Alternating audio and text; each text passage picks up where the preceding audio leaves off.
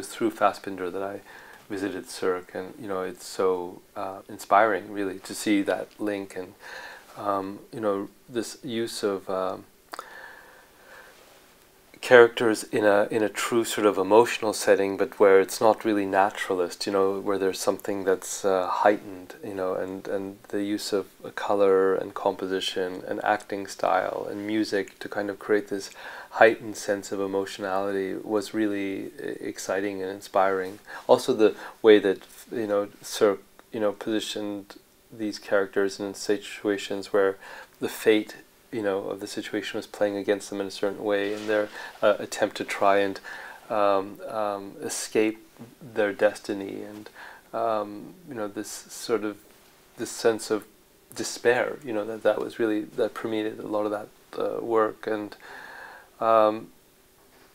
the themes are really close to me, and there's also this idea of using cinema as a way of stylizing emotion, especially with this film in Adoration, where in some ways I think the character of Simon in his fantasy is creating almost a Circean melodrama of his parents, you know, and you know, creating this very heightened sense of what their relationship was about.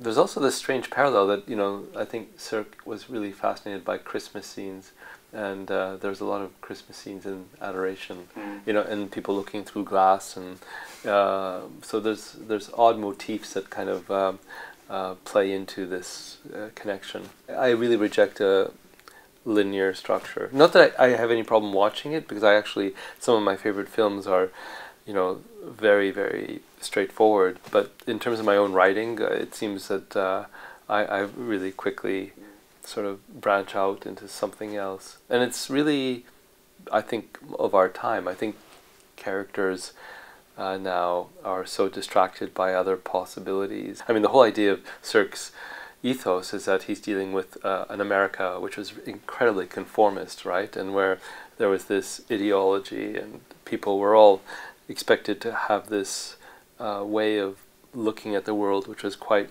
uniform, but that's not the case anymore. That we have a divergent way in which we interpret things, and the internet is an incredible source of information, but it's also a source of distraction. That, you know, we are thinking about multiple stories at the same time.